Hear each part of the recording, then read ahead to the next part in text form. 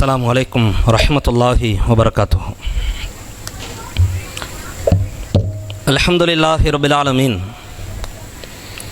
والعاقبة للمتقين والصلاة والسلام على نبينا محمد وآله وأصحابه أجمعين.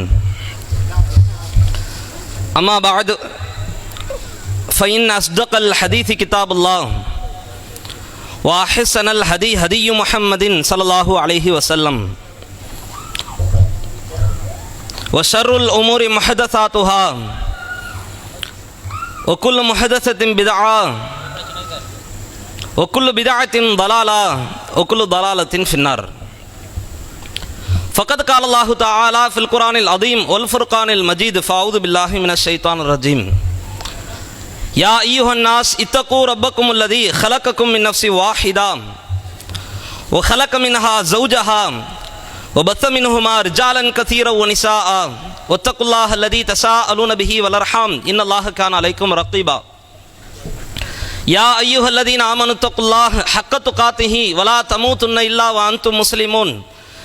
يا أيها الذين آمنوا اتقوا الله وقولوا قولا سديدا يصلح لكم أعمالكم ويغفر لكم ذنوبكم ومن يطع الله ورسوله فقد فاز فوزا عظيما. ربي اشرح لي صدري ويسر لي أمري واحلل عقدة من لساني يفقهوا قولي. கண்ணியத்திற்குரிய எல்லாமல்ல ஏக இறைவனின் அடியார்களே, அல்லாஹுவினுடைய மாபெரும் மகத்தான கிருபையால் புனித மிகுந்த இஸ்லாத்தை நம்முடைய வாழ்க்கை நெறியாக நாம் ஏற்று வாழ்ந்து வருகிறோம். இந்த இஸ்லாம் நமக்கு கற்றுத்தந்திருக்கிற கட்டுப்பாடுகள், நமக்கு சொல்லி தந்திருக்கிற அறிவுரைகள், நம்முடைய வாழ்க்கைக்கு தேவையான உபதேசங்கள், நமக்குண்டான போதனைகள், எது ஹலால் எது ஹராம் என்று கற்பித்து தந்திருக்கிற விதிமுறைகள், இவை யாவும் இந்த உலகத்திலே நாம் அதை பேணி வாழும் பொழுது ஈருலக வாழ்க்கையிலையும் அது வெற்றியை தரக்கூடிய ஒரு வாழ்க்கை முறையாக இஸ்லாமிய மார்க்கம் நமக்கு நற்செய்தியை சொல்லி தருகிறது. நீங்கள் உலகத்திலே இதை பேண வேண்டும், இதை பேணக்கூடாது என்று அல்லாஹ் ரப்பல் ஆலமீன் நமக்கு மிக அதிகமான கட்டுப்பாடுகளை சொல்லி தந்திருக்கிறான். நம்மை அல்லாஹ் ரப்பல் ஆலமீன் சோதிக்க வேண்டும் என்பதற்காக அல்ல, நாம் படக்கூடிய துன்பத்தை துயரத்தை பார்த்து இறைவன் ரசிக்கிறான் என்ற அர்த்தம் அல்ல. இந்த கட்டுப்பாடுகளும் விதிமுறைகளும் ஈருலக வாழ்க்கையிலையும் நமக்கு வெற்றி என்கின்ற மகத்தான பரிசை தருவதற்காக இறைவன் இப்படிப்பட்ட விதிமுறைகளை தந்திருக்கிறான். அந்த அடிப்படையில் இந்த மகத்தான பொதுக்கூட்டத்தின் சபையின் மூலம் மிக முக்கியத்துவம் வாய்ந்த அறிவுரைகளை இந்த சமூகத்திற்கு இந்த உம்மத்திற்கு எடுத்துச் சொல்ல வேண்டும் என்கின்ற மகத்தான நன்னோக்கத்திலே கூட்டப்பட்டிருக்கிற இந்த சபையிலே செவியேற்றதை செயல்படுத்துவோம் என்கின்ற தலைப்பின் கீழ் இஸ்லாத்தின் அடிப்படையான சில அறிவுரைகளை உங்களுக்கு நான் எடுத்துச் சொல்ல இருக்கிறேன். இஸ்லாத்தை ஏற்றுக்கொண்டவர்கள் ஈமான்தாரிகள், மூமீன்களாக பார்க்கப்படுபவர்கள். அல்லாஹ் திருமறையிலே நமக்கு சொல்லித் தருகிறான். மூமீன்களுடைய பட்டியலை இறைவன் நமக்கு பட்டியல் போட்டு காட்டுகிறான், படம் பிடித்து காட்டுகிறான். மூமீன்கள் எப்படி இருப்பார்கள்? சமிஅனா வ அத்தாஅனா, எதை காதால் செவியுற்று கேட்டோமோ அந்த செவியேற்றதை அனைத்திற்கும் அவர்கள் கட்டுப்பட்டு நடப்பார்கள். தன் வாழ்க்கையை அத்தோடு இணைத்து கொண்டு வாழ்வார்கள், தன்னுடைய வாழ்க்கையை அதோடு அர்ப்பணித்துக் கொள்வார்கள். அதிலே எந்த ஒரு பிசிறு தட்டுகிற வேலைகளையும் அவர்கள் செய்ய மாட்டார்கள். எதை காது கொடுத்து கேட்கிறோமோ, எந்த அறிவுரைகளை பார்க்கிறோமோ, எதையெல்லாம் நாம் படிக்கிறோமோ, இந்த அறிவுரைகள் யாவும் பார்த்து ரசிப்பதற்கு அல்ல. இன்றைக்கு ஒரு வித்தியாசமான ஒரு மனநிலை இன்றைக்கு சமூகத்தில் பிறந்திருக்கிறது. பேசக்கூடிய பேச்சுக்களை பார்த்து ரசனை செய்யக்கூடிய ஒரு மோகம் இன்றைக்கு உருவாகி இருக்கிறது. பேசக்கூடிய ஆட்களுடைய கருத்துக்களை பார்த்து உன்னிப்பாக கவனித்து அதை வாழ்க்கையிலே செயல்படுத்த வேண்டும் என்கின்ற நன்னோக்கத்தை இஸ்லாம் நமக்கு சொல்லி தந்தால், பேசக்கூடிய ஆட்களை பார்க்கிறோம், முகத்தை பார்க்கிறோம், பாவனையை பார்க்கிறோம், ஆடையை பார்க்கிறோம், அழகை பார்க்கிறோம், ரசிக்கிறோம். உலகமே இப்படித்தான் உருவாக்கப்பட்டு கொண்டிருக்குது. இன்றைக்கு நம்ம அமைப்பு மட்டுமல்ல, நம்ம ஜமாத்து மட்டுமல்ல, இந்த நாட்டிலே இருக்கிற எக்கச்சக்கமான அமைப்புகள், ஜமாத்துகள், அரசியல் கட்சி தலைவர்களுடைய பேச்சுக்கள் அதனுடைய அர்த்தத்தை கூட விளங்காமத்தான் கண்மூடித்தனமாக பின்பற்றக்கூடிய ஒரு மனநிலை சமூகத்தில் இன்னைக்கு இருக்குதா இல்லையா? யோசித்து பாருங்கள். பேசக்கூடிய ஆட்களை பார்த்து அப்படியே வர்ணிக்கக்கூடிய என்ன மாதிரி பேசுறாரு. எதுக்கு பேசப்படுதோ அது மறந்துடுது, அது காணாம போயிருது, அந்த நோக்கம் சிதைஞ்சு போயிருது. ஆனா பேசக்கூடிய ஆட்கள், அவருடைய பேர் என்ன, அவருடைய ஊர் என்ன, அவர் போட்டிருக்கிற ட்ரெஸ் என்ன, அதனுடைய பிராண்ட் என்ன, இது மட்டும் நம்ம கண்டுக்கு நிக்குது. அவர் என்ன மாதிரி அழகா இருக்கிறாரு, அவர் பேசினா எப்படி இருக்கும் தெரியுமா? சரிப்பா என்னப்பா பேசினாரு தெரியலையே, மறந்து போயிருச்சே. இன்றைக்கு ஏதோ பாட்டு கேட்கிற மாதிரி, படம் பார்த்து ரசிக்கிற மாதிரி இன்றைக்கு பயானை பார்க்கக்கூடிய ஒரு தன்மை சமூகத்தில் இருக்குதா இல்லையா? யோசித்து பாருங்கள். எதுக்கு அறிவுரை சொல்லப்படுது? எதுக்கு போதனை போதிக்கப்படுது? ரசிக்கிறதுக்கா? வாழ்க்கையில செயல்படுத்தி ருசிக்கிறதுக்கு இல்லையா? செயல்பாட்டிலே காட்ட வேண்டும் என்கின்ற தன்மை, அதுதானே மூமின்களுடைய பண்பு. அது இல்லையே சமூகத்தில், அது இல்லையே இந்த உம்மத்தில். அவர் பேசுறாரா, நான் பார்க்க மாட்டேன், கேட்க மாட்டேன், இதெல்லாம் சரியா வராது, செட் ஆகாது. பேசுபவர்களுடைய பேச்சை மதிப்பெண் போடுவதற்கு உட்கார்ந்து இருக்கிறோமா? இவருக்கு 100 மார்க், இவருக்கு 50 மார்க், இதுக்கா இஸ்லாம் சொல்லி தரப்பட்டிருக்கிறது? இதுக்கா மார்க்கத்தின் போதனைகள் போதிக்கப்படுது? அப்படி பார்த்தால் மூசா அலைஹிஸ்ஸலாம் அவர்களுக்கு பேச தெரியாதுதான், நாவிலே பிரச்சனை இருக்கிறது தான். பேச்சினுடைய அளவு மட்டும் சத்தியத்தின் அளவுகளா? பேச்சை வைத்து நாம் தீர்மானிக்க முடியுமா? நல்லா பேசுறாரு, சூப்பரா பேசுறாரு, டாப்பா பேசுறாரு, என்னப்பா பேசுறாரு தெரியல, என்ன கருத்தை நாடுனாரு தெரியல, என்ன கொள்கையை சொல்ல வந்தாரு தெரியல, நல்லா பேசினார். இது என்ன பாட்டாங்க, சினிமா பாட்டா? யோசித்து பாருங்கள். அதனால தான் அல்லாஹ் ரப்பல் ஆலமீன் திருமறை குர்ஆனை கொண்டு சில விஷயத்தை வன்மையா கண்டிக்கிறான். குர்ஆனை நீ அப்படி பார்க்காதன்றான் அல்லாஹ். ஹதீஸ்கள் அப்படி பார்க்காத, உலகம் போகிற போக்கில் நீ போகாத. எப்படி பார்க்கணும் குர்ஆனை? எந்த மாதிரி பார்க்கணும்? உலகத்தில் கவிதைகள், கவிஞர்கள் இருக்கிறாங்கல்ல, இவங்களை சமுதாயமே வரவேற்கும். பழைய காலத்தில் மன்னர்கள், அரசர்கள்லாம் வாழும் பொழுது எப்பயாவது அரசன் டென்ஷனாக இருக்கும்போது, கடுப்பாக இருக்கும்போது புலவர்களை கூட்டு வந்து பாட வைப்பார்கள். அவங்க பாடி என்ன செய்வாங்க, பரிசை வாங்கிட்டு போவாங்க. அவன் என்ன பாடுனா, அந்த பாட்டை கொண்டு எதை நாடுனா எதுவுமே தெரியாது. தமிழ்நாட்டில் உள்ள கல்வி முறைகள்லையும் இந்த கவிதை வரிகள் இருக்கத்தான் செய்து.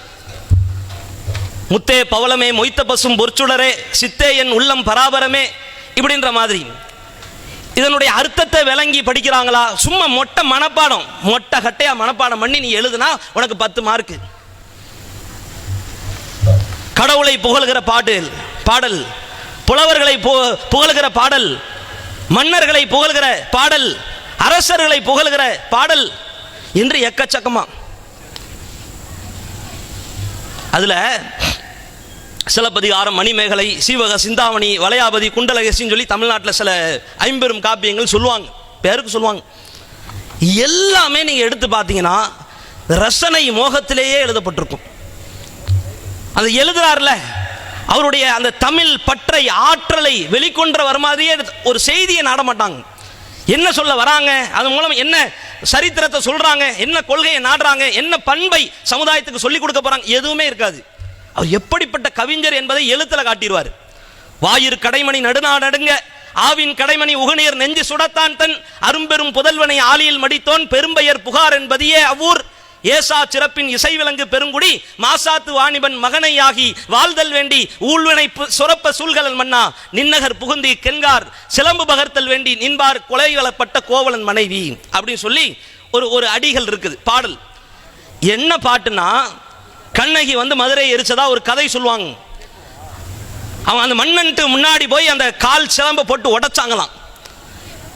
இப்ப படிச்சல, இது மூலமா உங்களுக்கு எதுக்காவது அது விளங்குச்சா? யாருக்காவது தெரியுதா? அர்த்தம் நாடப்படுதா? செய்தி சொல்லப்படுதா? கொள்கை நிலைப்பாடு பேசப்படுது? எதுவுமே கிடையாது. தமிழ்நாட்டில் இப்படிப்பட்ட மமதை, இந்த மோகம், ரசிக்கக்கூடிய தன்மை, ரசனை மனநிலை காலம் தொட்டு அப்படியே இருக்குது, தொடர்ச்சியா இருக்குது.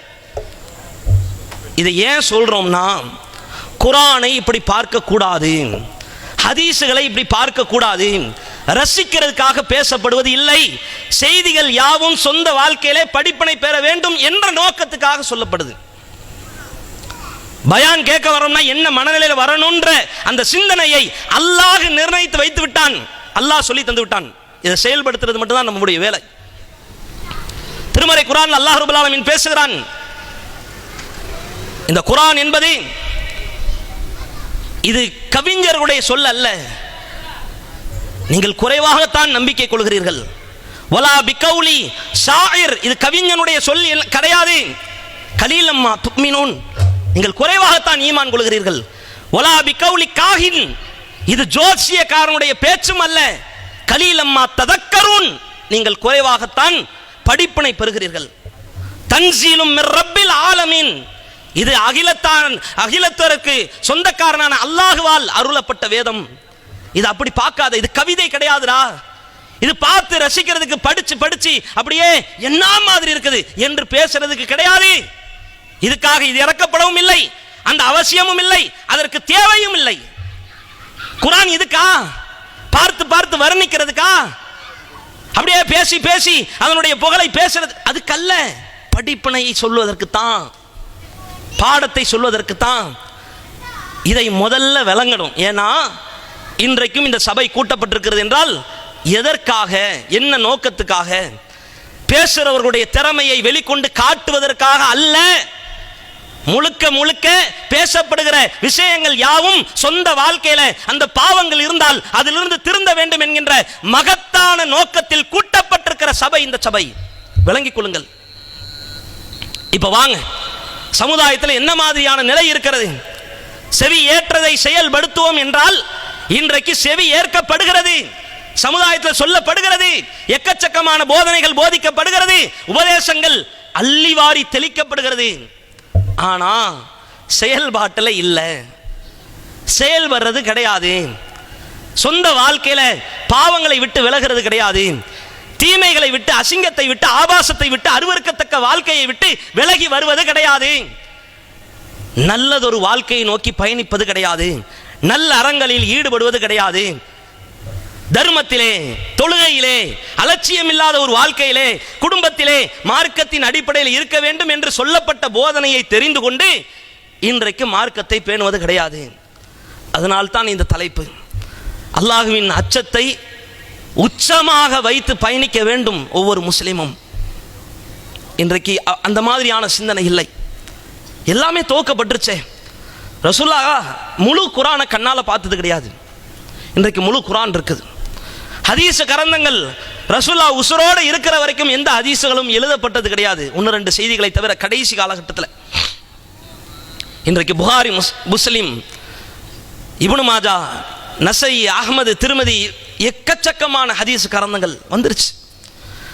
படிக்கிறாங்க, குர்ஆனை வாசிக்கிறாங்க, தெரிகிறாங்க. செயல்பாடு, முஸ்லிம்களுடைய செயல்பாடு எந்த மாதிரியாக இருக்கிறது? ஷிர்க் சம்பந்தமான விழிப்புணர்வு இன்னைக்கு வரைக்கும் சொல்லப்பட்டு கொண்டே இருக்கிறது. ஒட்டுமொத்த மக்களும் ஷிர்க்கை விட்டு விலகி வந்து விட்டார்களா? தர்கா வழிபாடு இந்த சமுதாயத்தில் இல்லையா? சூனிய நம்பிக்கை இந்த சமுதாயத்தில் இல்லையா? தகடு, தட்டு, தாயத்து என்று கட்டி வைத்துக் கொண்டு அதை நம்பிக்கை கொண்டு பயணிக்கக்கூடிய முஸ்லிம்கள் இன்றைக்கு இருக்கிறார்களா இல்லையா? இருக்கிறாங்களே. இந்த குர்ஆன் அவர்களுடைய வாழ்க்கையில மாற்றத்தை ஏற்படுத்தலையே. ஹதீஸுகளுடைய பழக்க வழக்கங்கள், பேச்சுக்கள், உபதேசங்கள் எதுவுமே அவர்களுடைய வாழ்க்கையில செயல்பாட்டுக்கு கொண்டு வரப்படலையே. இன்னைக்கு நாம் ஏகத்துவவாதிகள், நாம் தூய தௌஹீதுக்கு சொந்தக்காரர்கள். அப்படிதானே நம்ம நினைச்சுட்டு இருக்கிறோம். இன்னைக்கு தௌஹீதை பேசக்கூடிய மக்களிடத்திலே கூட பல தருணங்களில் ஒரு தள்ளாட்டம், ஒரு தடுமாற்றம், இது நம்மிடத்தில் ஏற்படுதா இல்லையா? அல்லாஹ் பாதுகாக்கணும்.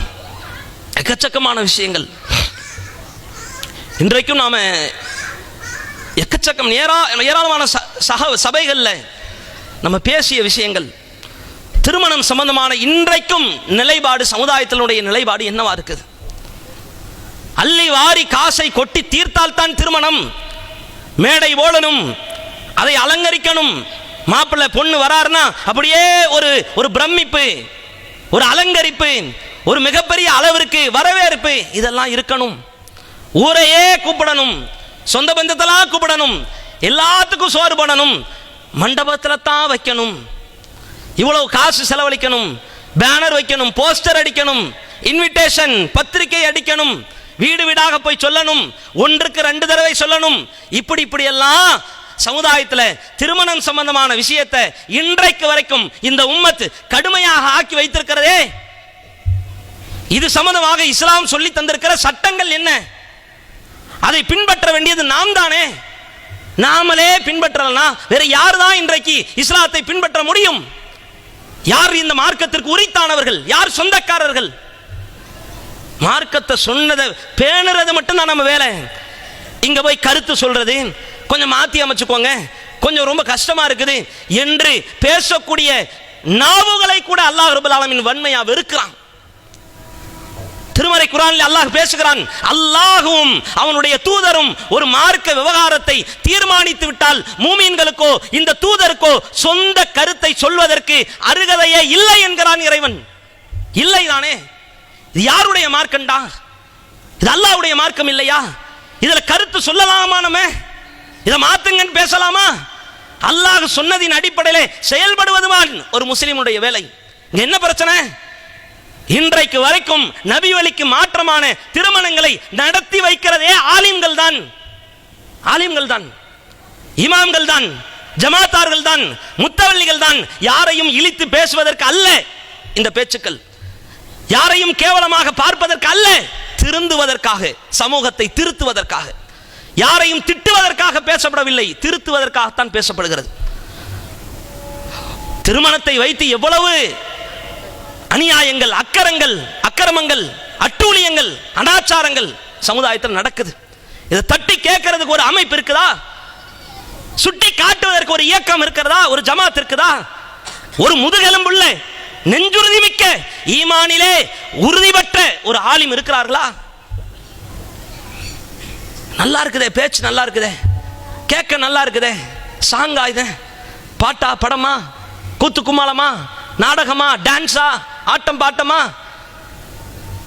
சமுதாயத்தில் தொடர்ச்சியாக சொல்லப்படுகிற விஷயங்கள். ஆனா இன்னைக்கு என்ன நிலைமை? ஏகத்துவாதிகள் என்று சொல்லப்படுகிற மக்களே இந்த விஷயத்திலே சமரசத்திலே போகக்கூடிய ஒரு தன்மை. யார் எப்படி போனா நமக்கு என்ன பாய்? நம்ம பாட்டுக்கு வாழ்வோமே, நம்ம பாட்டுக்கு இருப்போமே, நம்ம கொள்கையை நம்ம உள்ளத்திலே வச்சு பூட்டிட்டு போயிட்டா அல்லாஹ் என்ன குற்றமா பிடிப்பான் அப்படின்ற மாதிரியான ஒரு அவ நம்பிக்கையிலே பயணிக்கக்கூடிய முஸ்லிம்கள், மிக குறிப்பாக ஏகத்துவாதிகள். ரசூலாவை பார்த்து அல்லாஹ் சில வார்த்தையை சாதாரணமாக சொல்ல மாட்டான், கடுமையா சொல்லுவான். அப்படி கடுமையாக சொல்லித்தரப்பட்டிருக்கிற விஷயங்களை உங்களுக்கு நான் பட்டியல் போடுகிறேன். ரசூலுல்லாஹ்விடத்திலே அல்லாஹ் ரப்பல் ஆலமீன் பேசின வார்த்தைகள், உதிர்த்த சொற்கள் உள்ளத்தை தைக்கக்கூடிய விதமாக இருந்துச்சு, மனசு அப்படியே பதம் பார்த்துச்சு. ரசூலுல்லாஹ் கூட சில நேரத்தில் அட்ஜஸ்ட்மெண்ட்டை நாடுனாங்க, விரும்பினாங்க. ரசூலுல்லாஹ் குறை சொல்றதுக்கு அல்ல, ரசூலுல்லாஹ்விடத்தில் இருந்த, முகமது நபியிடத்தில் இருந்த இந்த உள்ளத்தின் ஓரத்தில் இருந்த இந்த எண்ணத்தை அல்லாஹ் ரப்பல் ஆலமீன் கண்டிக்கிறான்.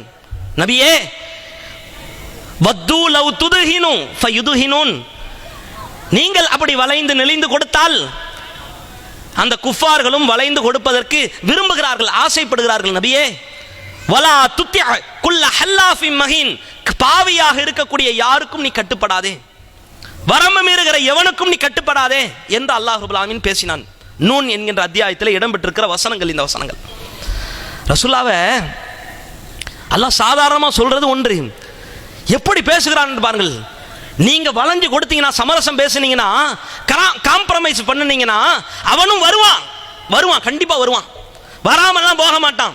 ஏன்? ரசூலுல்லாஹ் ஆல்ரெடி குறைஷி குலத்தில் பிறந்தவங்க, விளங்குதா?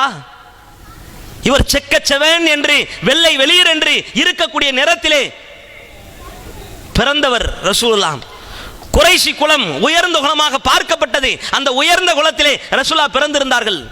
அதனால் குஃபார்களுக்கு என்ன பிரச்சனை? கொஞ்சம் அட்ஜஸ்ட்மெண்ட் மட்டும் பண்ணிட்டா நான் உங்களோட வருவேன். இதுக்கு ஆசைப்பட்டாங்க குஃபார்கள். அல்லாஹ் கண்டிக்கிறான், நபியே நீ போயிடாத. அவன் அப்படித்தான் வருவான், அப்படியே மனசை கவர்ற மாதிரி பேசுவான், நம்பிராத. முனாஃபிக்கீன்களை பற்றி அல்லாஹ் ரப்பல் ஆலமீன் முனாஃபிக்குன் அத்தியாயத்திலேயே தோலுரிச்சு காட்டுறான், முகத்தரையை கிழிக்கிறான். அல்லாஹ் என்ன சொன்னான் தெரியுமா?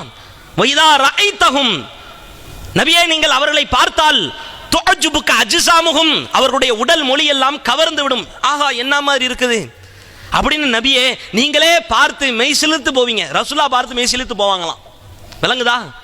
ரசூலாவே பார்த்து சூப்பரா இருக்கானே, ஜம்முன் இருக்கானே. இன்னும் அல்லாஹ் பேசுகிறான், வ இன் யகூலு தஸ்மஉ லிகௌலிஹிம், நபியே முனாஃபிக்கீன்கள் பேசுறத நபியே நீங்கள் கேட்டீர்கள் என்றால் சூப்பரா இருக்கும், ஜம்முன் இருக்கும், அப்படி இருக்கும், கேட்க கேட்க இனிக்கும், காதுல தேன் வந்து பாயிர மாதிரி பேசுவான். அல்லாஹ் சொல்லிவிட்டு சொல்கிறான், இவர்களுடைய பேச்சு உங்களுடைய மனசை கவரும், நபிக்கே கவருமா, நபிக்கு கவருமா. விளங்குதா? நபியினுடைய மனசை அப்படியே கவர்ந்து இழுக்குமா. கன்னஹும் குசுபும் முசன்னதா, இவர்கள் சாய்த்து வைக்கப்பட்டிருக்கிற பேரிச்ச மரத்தை போன்றவர்கள், மரக்கட்டைகளை போன்றவர்கள். பேச்சு தான் வாய்க்கிலேயே பேசுவான், சொந்த வாழ்க்கையில எல்லளவுக்கு கூட இவனிடத்தில் ஈமான் இல்லை. முனாஃபிக் இவன், நயவஞ்சகன். இவனை நம்பி நபியை நீங்கள் போறீங்களா? போறீங்களா? அல்லாஹ் ரப்பல் ஆலமீன் இது மாதிரி விழிப்புணர்வுகளை ரசூலுல்லாஹ்வுக்கு சொல்லி தருவதன் மூலம் நமக்கு சில பாடத்தை சொல்கிறான். உலகத்திலே வழிகேடுகள் எந்த ரூபத்திலையும் வரும், எப்படியும் வரும். ஒரு கொள்கைவாதியை கொள்கையோடு பயணிக்க விடாமல் தடுப்பதற்கு தான் ஷைத்தான் இருக்கிறான். அவன் பின்னிய சூழ்ச்சி வலைகள் எக்கச்சக்கம், ஏராளம். உலகம் முழுக்க நிரம்பி வழிகிறது, பிதுங்கி தேய்கிறது. பல பேருடைய ஈமானை எடுத்து சாப்பிட்டு கொண்டிருக்கிறது. உள்ளத்திலே ஒட்டி இருக்கிற கொஞ்ச நெஞ்ச ஈமானையும் உருவி கொண்டிருக்கிறது ஷைத்தானின் சூழ்ச்சி வலைகள். அந்த சூழ்ச்சி வலையில ஒண்ணு இந்த காம்ப்ரமைஸ், சமரசம். இன்றைக்கு வரைக்கும் இந்த ஜமாத்தை நாம் நடத்தி கொண்டிருக்கிறோம். சிறுக்கு சம்பந்தமா, பிதாத்து சம்பந்தமா யாருக்கும் கட்டுப்படக்கூடாது என்கின்ற துணிவோடு தைரியத்தோடு ஒரு அமைப்பை கட்டி எழுப்புகிறோம் என்றால் யாருக்காக? யாருக்காக? படைச்சவனுக்கு பயந்து, அந்த ரப்புக்கு பயந்து, அவனுடைய சன்னிதானத்திலே மறுமையிலே போய் நிறுத்தப்படும் பொழுது, ஏண்டா ஊருக்காக வளைஞ்சு கொடுத்த, ஏண்டா உறவுக்காக வளைஞ்சு கொடுத்த என்று அல்லாஹ் நம்மை நோக்கி கேள்வி கேட்க கூடாது என்ற அந்த அச்சத்தை உள்ளத்திலே ஏந்தி கொண்டு பயணம் செய்கிறோம். இதுல பிசிறு தட்டலாமா? இதுல ஆட்டம் காணலாமா? தடுமாற்றம் வரலாமா? யோசித்து பாருங்கள். எப்படி பிதாத்தான சபைகளிலே, அனாச்சாரங்கள் வழிந்தோடுகிற சபைகளிலே நம்மால் பங்கேற்க முடியும்? நாம் யாருடைய மனசை திருப்திப்படுத்த நினைக்கிறோம்? யார் மனச? மக்கள் மனசையா? சொந்த பந்தத்தின் மனசையா? படைச்சவனுடைய மனசை திருப்திப்படுத்த வேண்டாம்? அல்லாஹ்வுக்கு உண்மையா இருக்க வேண்டாம்? அல்லாஹ்வுடைய கட்டளையை பின்பற்ற வேண்டாம்? யோசித்து பாருங்கள். யாருடைய விஷயத்திலே விசுவாசத்தை காட்ட நினைக்கிறோம்? படைச்சவனுக்கு துரோகம் செஞ்சுட்டு படைப்பினங்களுடைய நட்பு அவ்வளவு பெருசா தெரியுதா? அவ்வளவு பெருசா தெரியுதா? அல்லாஹ் பாப்பானே, அல்லாஹ் கேட்பானே. அப்ப இந்த விஷயத்திலே நாம் விழிப்புணர்வு பெறணும். கேட்டுட்டோம், காது கொடுத்து கேட்டுட்டோம், கேட்கறதெல்லாம் சரி என்று மனசுக்கு தோணுது. ஆனா சந்தர்ப்பமும் சூழலும் நம்மை மாற்றுகிறது, திசை மாற்றுகிறது, திசை திருப்புகிறது. வேற எங்கேயோ பயணிக்கிறோம். குர்ஆன்ல அல்லாஹ் கேட்கிறான், ஃபைன ததுஹபூன். இந்த குர்ஆனை, இந்த ஹதீஸை, இந்த மார்க்கத்தை விட்டுட்டு நீ எங்கடா போற? எங்க போற? இன்ஹுவ இல்லா திக்ருல் லில் ஆலமீன். இது அகிலத்தாருக்கு அறிவுரை இல்லையா? இதை விட்டுட்டு நீ போறியா? அல்லாஹ் கேட்கிறான். அல்லாஹ்வினுடைய கேள்விக்கு நாம் பதில் சொல்வதற்கு கடமைப்பட்டிருக்கிறோம். அதே மாதிரி திருமறை குர்ஆனிலே அல்லாஹ் பேசுகிறான், இதா சமிஅத்தும் ஆயாத்தில்லாஹ், அல்லாஹ்வினுடைய வசனங்கள் யுக்ஃபரு பிஹா வ யுஸ்தஹ்ஸவு பிஹா, அது கேலி செய்யப்பட்டு அது மறுக்கப்படுகிற சபையிலே அதை நீங்கள் செவியூட்டுகிறீர்கள் என்றால் ஃபலா தக்உது மஅஹும், அவர்களோடு நீங்கள் அமராதீர்கள். அப்படி அமர்ந்து விட்டீர்கள் என்றால் இன்னக்கும் இதம் மிஸ்லுக்கும், நீங்கள் அவர்களை போன்றவர்கள் தான். இது யார் சொன்ன கட்டுப்பாடு? படைச்சவன் நமக்கு போட்டிருக்கிற கட்டுப்பாடு. நம்ம சொல்ல ஒருத்த மீறானா நமக்கு எவ்வளவு கோபம் வரும்? கோபம் வருமா வராதா? ஏன்னா நான் சொல்றேன், சொல்ல சொல்ல செஞ்சுட்டு இருக்கியா? கடுப்பாகுமா ஆக மாட்டோமா? ஆகும் தானே. சக மனுஷன்ட்ட நாம பேசுற வார்த்தைய அவன் கேட்டுட்டு அவன் செயல்படாம விட்டா, ஏண்டா செவட்டு பையல சொல்றது காதுல விழலையா அப்படின்னு கோபப்படுவோம்ல. கோபப்படுவோமா பட மாட்டோமா? படுவோம், ஒவ்வொருத்தருமே படுவோம். அல்லாஹ் சொல்லுகிறான், என்னுடைய வசனத்தை ஒருத்தன் மறுக்கிறான், கீழ்த்தரமா பேசுறான், அதை புறக்கணிக்கிறான், அதை விமர்சிக்கிறான், அதற்கு ஆப்போசிட்டா ஒரு சபையை கூட்டி நடத்துறான், அங்க போய் அமர்றதுக்கு உனக்கு அனுமதி தந்தது யார்? யாரா அனுமதி கொடுத்தது? மார்க்கத்தை கிள்ளிக்கிறியா பார்க்கிறவனுடைய சபையில நீ எப்படி போய் உட்கார முடியும்? உட்கார்றதுக்கு உனக்கு அனுமதி இருக்குதா? அதை நான் தடுக்கலையா? இன்னக்கும் இதம் மிஸ்லுக்கும், அப்படி நீ போய் உட்கார்ந்தீர்கள் என்றால் நீங்கள் அவர்களை போன்றவர்கள் தான். கொள்கைவாதிகளே, தௌஹீத்வாதிகளே, இந்த சத்திய கருத்திலே சமரசம் என்ற பேச்சுக்கு சல்லி காசுக்கு கூட நாம் இடமளிக்க கூடாது. படைச்சவனுடைய சட்டத்திற்கும் கட்டுப்பாடுகளுக்கும் கட்டுப்பட்டு நடப்பதற்கு தான் இந்த கொள்கை நமக்கு சொல்லி தரப்பட்டிருக்கிறது. சமரசம் பேசுறதுக்கு இல்லை. இந்த காலத்துக்கு தகுந்த மாதிரி, நேரத்துக்கு தகுந்த மாதிரி, சூழ்நிலைக்கு தகுந்த மாதிரி இரட்டை வேடம் போடக்கூடிய அந்த தன்மையை இஸ்லாம் வன்மையா எதிர்க்கிறது. அதை உணருங்கள். கூட்டப்படுகிற சபை எந்த சபையாக இருக்கட்டும், நீங்க போவீங்க, கண்டிப்பா போவீங்க. எந்த சபையாக இருந்தாலும் இந்த வசனத்தை உங்கள் ஆள் மனதிலே ஆழமாக பதிய வைத்துக் கொண்டு, இந்த தகுதி, இந்த அருகதை அந்த சபையில இருக்குதா? அல்லாஹ்வுக்கு மாற்றமா நடக்குதா? பிதாத் அனாச்சாரம் நடக்குதா? அந்த சபையை அல்லாஹ்வுக்காக நான் புறக்கணிக்கிறேன். என் தகப்பன் செஞ்சாலும் தப்பு தான். என் தாயே அந்த சபையை நடத்தினாலும் தவறுதான். என் மனைவி அந்த சபையை கூட்டினாலும் பாவம் தான். என்னுடைய மகன் மகள் நான் பெற்றெடுத்தவர்களாக இருந்தாலும் அந்த சபையை கூட்டுகிறார்கள் என்றால் அதிலே நடைபெறுகிற தீமைதான். யாருக்கும் அல்லாஹ் ரப்பல் ஆலமீன் இந்த வளைந்து கொடுக்கிற தன்மையை அல்லாஹ் அனுமதி கொடுக்கவே இல்லை. இது முதல்ல விளங்கணும். இன்னும் பல விஷயங்கள் அல்லாஹ் ரப்பல் ஆலமீன் இது மாதிரியான விஷயத்தை பேசும் பொழுது நம்ம என்ன நினைக்கிறோம் தெரியுமா? மக்கள்லாம் வெறுத்துட்டு போயிடுவாங்களே, நாளை பின்ன அவன் மூஞ்சில முழிக்கணுமே, நலம் விசாரிக்கணுமே, பேசணுமே, பழகணுமே, ஒட்டணுமே, உறவாடணுமே, இதெல்லாம் இருக்குதே. அல்லாஹ் இதுக்கும் சேர்ந்து மருந்து போடுறான். அல்லாஹ் வலா தஹ்ஷவுன் நாஸ், நபியே நீங்கள் மக்களுக்கு பயப்படாதீர்கள், வஹ்ஷவுனி, எனக்கு நீங்கள் பயப்படுங்கள்.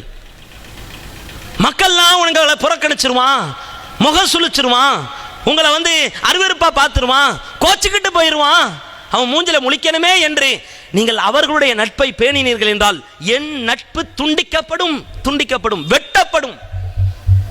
அவனுக்கு பயப்படாத நபியே, எனக்கு பயப்படு என்று அல்லாஹ் பேசுகிறான். யோசித்து பாருங்கள். இது எல்லாம் உள்ளத்திலே உள்வாங்கிக் கொள்ளணும். அதனால் தான் ரசூலுல்லாஹ்வுக்கு போட்ட மிகப்பெரிய ஒரு கட்டளை, ஃபஸ்தா பிமா துமர், உங்களுக்கு ஏவப்பட்டதை, உங்களுக்கு கட்டளையிடப்பட்டதை தயவுதாட்சியம் இல்லாமல் சொல்லணும். அவன் முக சுழிச்சுக்குருவான், இவன் கோச்சுக்குருவான், இவன் அப்படியே புறக்கணிச்சிருவான். யாருடைய முக சுழிப்பிற்கும் பயந்து அஞ்சி நடுங்கி மார்க்கத்தை மறைக்கக்கூடிய ஒரு கேவலமான கீழ்த்தரமான காரியத்தை நபியே நீங்கள் செஞ்சிராதீங்க. ஃபஸ்தா பிமா துமர், உங்களுக்கு ஏவப்பட்டதை தயவுதாட்சியம் இல்லாமல் போட்டு உடையுங்கள். சத்தியத்தை சத்தமாக சொல்லுங்கள், இதுதான் சத்தியம் என்று. யாருக்கு பயப்படுறீங்க என்று அல்லாஹ் ரப்பல் ஆலமீன் ரசூலுல்லாஹ்வுக்கு பூஸ்ட் அப், இதெல்லாம் ஆற்றல் மிகுந்த வசனங்கள், அறிவுரைகள், இதெல்லாம் நமக்கு அவ்வப்போது நினைவுபடுத்தப்படணும். நம்ம பேச்சை கவனிக்கிறோம், எல்லாம் சரிதான், இப்போ செட் ஆகாது, அதெல்லாம் வசனம்லாம் இருக்குதான், உண்மைதான், ஹதீஸ்லாம் இருக்குதான், அதெல்லாம் சரிதான், என் குடும்பத்துக்கு செட் ஆகாது, அப்போ மட்டும் நான் இப்படி விளைவிக்கிறேனே, இப்படி சமரசம் செஞ்சுக்கிறேனே என்று இந்த உலகத்திலே நாம் சக மனிதர்களிடத்திலே காரணத்தை சொல்லி தப்பித்துக் கொண்டே இருக்கிறோம். மறுமையிலே அல்லாஹ்வினுடைய முன்னிலையிலே நாம் நிறுத்தப்பட்டு கேள்வி கேட்கப்பட்டால் நாம் தப்பிக்க முடியாது. காரணத்தை சொல்லி ஓடிவிட முடியாது. அல்லாஹ் ஒவ்வொன்றையும் விசாரிப்பான். இதை முதலில் விளங்கிக் கொள்ளுங்கள். அதே மாதிரி இன்றைக்கு தூய தௌஹீதை ஏற்று வாழ்கிறோம் என்றால் நம்மிடத்திலே பிரகாசிக்க வேண்டிய, மிளிர வேண்டிய, ஜொலிக்க வேண்டிய, வெளிப்படுத்தப்பட வேண்டிய சில விஷயங்கள் இருக்கிறது. ரசூலுல்லாஹ் அதிகமாக பேசி பேசி பேசி பேசி சமுதாயத்தை சீர்திருத்தல தெரியுமா? ரசூலுல்லாஹ்வுடைய பேச்சை கேட்டு யாரும் வந்தாங்களா? ரசூலுல்லாஹ்வுடைய ஹேர் ஸ்டைலை பார்த்து, ரசூலுல்லாஹ்வுடைய அழகை பார்த்து, அவங்களுடைய நிறத்தை பார்த்து இப்படியெல்லாம் இஸ்லாத்துக்கு யாரும் வரல. அப்படி வந்தால் அதை கண்டிக்கக்கூடிய இடத்துல ரசூலுல்லாஹ் இருந்தார்கள். அல்லாஹ்வின் தூதரை நீங்க சூப்பரா இருக்கிறீங்க, உங்க பேச்சு அருமையா இருக்கு, உங்க கிராஃப்ட் சூப்பரா இருக்கு, இதுக்காக நான் மார்க்கத்துக்கு வந்தேன், ஒருத்தரை காட்டுங்க பார்ப்போம், ஒருத்தரை. இப்படி ரசூலுல்லாஹ் கட்டுப்படுத்தவே இல்லை. இறை அச்சத்தை மையக்கருவாக கொண்டு சமுதாயத்தை கட்டமைச்சாங்க. எனக்கு பயப்படாதடா, நான் இன்னைக்கு போயிடுவேன், இன்னைக்கு வாழ்றேன், நாளைக்கு போயிடுவேன், எனக்காக நீ வாழாதே, எனக்காக இஸ்லாத்திற்கு நீ வராதே, படைச்சவனுக்காக வா. நான் சொல்லிட்டு செத்துருவேன், நாளைக்கே இறந்து போயிடலாம், உங்களை விட்டு பிரிந்து போயிடலாம். நான் போனாலும் இந்த கொள்கை இருக்கும், இந்த மார்க்கம் இருக்கும், இதற்கு நீ கட்டுப்பட்டிரு. என்னை நேசிக்கலாம், ஆனால் அதிகப்படியான நேசத்தின் மூலம் இதற்காகவே இஸ்லாத்தில் இருக்குன்னு நினைச்சாது. இதெல்லாம் மார்க்கம் என்ன செய்கிறது, நமக்கு சொல்லித் தருகிறது. ரசூலுல்லாஹ்வுடைய ஆக்டிவிட்டீஸ், செயல்பாடு, சொன்னது என்னவோ அதுதான் செயல்பாட்டில் இருக்கும் ரசூலுல்லாஹ்வுக்கு. இதை ரசூலுல்லாஹ் எங்கேயுமே விட்டு கொடுக்கல. எல்லா நேரத்திலையுமே ரசூலுல்லாஹ்வுடைய சொந்த வாழ்க்கையை பார்த்து இஸ்லாத்தை நோக்கி வந்தவர்கள் அதிகம். நாணயத்தன்மை, ஒழுக்க, மாண்பு, எந்த ஒரு பெண் குற்றச்சாட்டிற்கும் ஆளாகாத ஒரு தூய கற்புக்கு சொந்தக்காரர் அண்ணலம் பெருமானார். பொருளாதார குற்றச்சாட்டிற்கு உட்படுத்தப்படாத ஒரு ஆகச்சிறந்த ஒரு மாமேதை அண்ணலம் பெருமானார். சமூகத்திலே நீதி நேர்மை என்றால் நெஞ்சை நிமிர்த்தி பேசக்கூடிய ஒரு மகத்தான உறுதியை கொண்டவர் அண்ணலம் பெருமானார். இந்த கேரக்டர் சமுதாயத்தை மாற்றுச்சு. என்ன மாதிரி வாழ்றாரா இவரு, சொன்ன மாதிரி இருக்கிறாரே, தான் சொல்லிட்டு சொல் ஒன்று செயல் ஒன்று அப்படி இல்லையே, சொல்லு சுல்தான், செயல் தான் சொல்லுவானே, அந்த மாதிரி தன்னுடைய வாழ்க்கையை மாற்றிக்கொண்டு வாழல. மார்க்கத்தின் அடிப்படையிலே தன்னைத்தானே தேற்றிக்கொண்டு ரசூலுல்லாஹ் வாழ்ந்தார்கள். அந்த ஆக்டிவிட்டீஸை பார்த்து இஸ்லாத்தை நோக்கி வந்தவர்கள் அதிகம். ரசூலுல்லாஹ் ஒரு நேரத்திலே சொன்னார்கள், ஓ இன்ன அமீனனா லிக்குல்லி உம்மத்தின் அமீனா, ஒவ்வொரு சமூகத்திலேயும் ஒவ்வொரு உம்மத்திலேயும் ஆகச்சிறந்த நம்பகத்தன்மை கொண்டவர்கள் இருந்தார்கள். சொல்லிவிட்டு சொன்னார்கள், ஓ இன்ன அமீனனா ஐயத்துல் உம்மத்தும் அபு உபைதத்தபனு ஜர்ராஹ், என்னுடைய உம்மத்திலே ஆகச்சிறந்த நம்பிக்கைக்கு சொந்தக்காரர், இவரை நம்பலாம் அப்படின்னு ஒருத்தரை காட்டணும்னா ரசூலுல்லாஹ்வே சொல்றாங்க, அபு உபைதா இப்னு ஜர்ராஹ் ரலியல்லாஹு அன்ஹு என்கின்ற ஒரு நபி தோழரை ரசூலுல்லாஹ் காட்டினாங்க. இவர் அழகா நம்பலாம், வாக்குறுதி கொடுத்தா அதை பேணுவார், அமானிதத்தை பால்படுத்த மாட்டார், உண்மையை பேசுவார், நேர்மையா நடப்பார், நீதியா நடப்பார், இவரை நம்பலாம் என்று ரசூலுல்லாஹ் ஒரு சஹாபியை காட்டினார்கள். இதை நான் சொல்றதுக்கு காரணம், ஒவ்வொரு தௌஹீத்வாதிகளிடத்திலேயும் கொள்கை எந்த அளவிற்கு ஆணி வேறாக உறுதியாக இரும்பு பிடிமானமாக இருக்கிறதோ அதை போல நல்ல ஒழுக்கங்கள் இருக்கணும், பேச்சு சரியா இருக்கணும், நீதி நேர்மை நியாயம், பொருளாதார விஷயத்திலே அல்லாஹ்வுக்கு பயந்து நடக்கக்கூடிய தன்மை, இதெல்லாம் இருக்கணும். இன்னைக்கு என்ன ஆகுது தெரியுமா, கொள்கையில் சரியா விளங்கிடுறோம், பாவத்தை விட்டு விலகிறோம், ஷிர்க்கை விட்டு விலகிறோம். நம்மள்ட்ட என்ன பிரச்சனை, ஒழுக்கத்தை சரியா பேணுறது கிடையாது. பொருளாதாரத்தில் அல்லாஹ்வுக்கு பயந்து நாணயத்தன்மையை பேணுவது கிடையாது. தௌஹீத்வாதிகள் என்று சொல்லக்கூடிய மக்களே பல பேரை ஏமாற்றக்கூடிய நிலை, பொருளாதார விஷயத்திலே மக்களை ஏமாற்றி வாழ்க்கையை நடத்துகிற ஒரு நிலை, கேவலம், அசிங்கம், மார்க்கத்திற்கு ஏற்பட்டிருக்கிற அவமானம், இதெல்லாம் மார்க்கத்தை கொள்கையை ஏற்றுக்கொண்டு செயல்படுகிறவருடைய வாழ்க்கை தான் அந்த கொள்கைக்கு நல்ல பேரை பெற்றுக் கொடுக்கும். இந்த உலகத்தில் இன்னைக்கு கொள்கையை சொல்லக்கூடிய நம்மிடத்துல சின்ன சின்ன பாவங்கள், தீமைகள், ஒழுக்க மாண்புகள், சிதைந்து போகிற தன்மைகள் வெளிப்பட்டது என்றால், பெண் குற்றச்சாட்டு, பொருளாதார குற்றச்சாட்டு என்று வருகிறது என்றால், கொள்கைக்கு ஒரு மனிதன் வருவதையும் அது சேர்த்து தடுக்கும். இதனால் தான் இந்த ஜமாத்திலே கடுமையான கட்டுப்பாடுகள், சட்ட திட்டங்களை பைலா என்ற அடிப்படையிலே வரையறுத்து வைத்திருக்கிறோம். ஏன்? காழ்ப்புணர்ச்சியா, வெறுப்புணர்ச்சியா, பகையுணர்ச்சியா, குரோதமா, ஒவ்வொரு ஆளையும் அடித்து விரட்ட வேண்டும் என்கின்ற அந்த சிந்தனையா? இல்லை இல்லை. கண்டவர்களையும் கலியவர்களையும் களி சடைகளையும் ஜமாத்திலே வைத்துக் கொண்டு பயணம் செய்தால் அதை ஏற்றுக்கொண்டிருக்கிற கொள்கைக்கு மிகப்பெரிய அவமானம். ஒருத்த மார்க்கத்தை நோக்கி, கொள்கையை நோக்கி வருவதற்கு தடுப்பறனாக இதெல்லாம் வந்து நின்றோம். அதனால தான் அல்லாஹ்வுக்கு பயப்பட வேண்டாமா?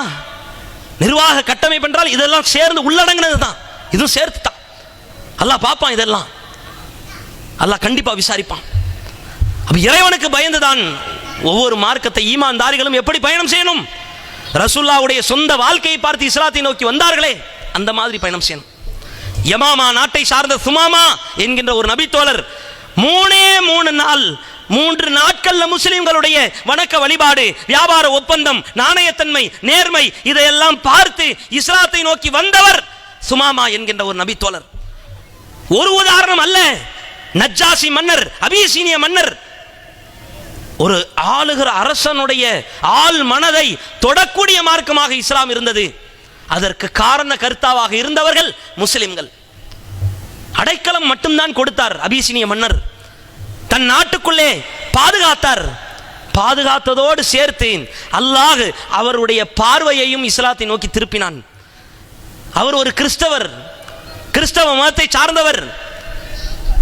நஜ்ஜாசி மன்னர் தன் நாட்டுக்குள்ளே அடைக்கலம் கேட்டு வந்த சஹாபாக்களை ஏற்றுக்கொண்டு அவர்களை வாழவிட்ட அந்த மனிதர், அந்த மன்னர் அந்த மக்களை, சஹாபாக்களை வாட்ச் பண்றார், தொடர்ச்சியா பார்க்கிறார். மார்க்கத்தை சூப்பரா பேணுறாங்க, சரியா இருக்கிறாங்க, நேர்மையா இருக்கிறாங்க, நியாயமா இருக்கிறாங்க, உண்மையை பேசுறாங்க. இதெல்லாம் அபிசீனிய மன்னருடைய ஆள் மனதை தொடுகிறது. நல்லா இருக்கிறாங்களே, இந்த மார்க்கம் நல்லா இருக்குதே, அது விளங்கிக்கிறாரு, புரிஞ்சுக்கிறாரு. சாகர வரைக்கும் தன்னை முஸ்லிம் என்று சொல்லாமலேயே மரணித்து போனவர் அபிசீனிய மன்னர். உங்களுக்கு தெரியுமா, காயிபு ஜனாசா சட்டம் இறக்கப்பட்ட தருணமே இந்த தருணம் தான்.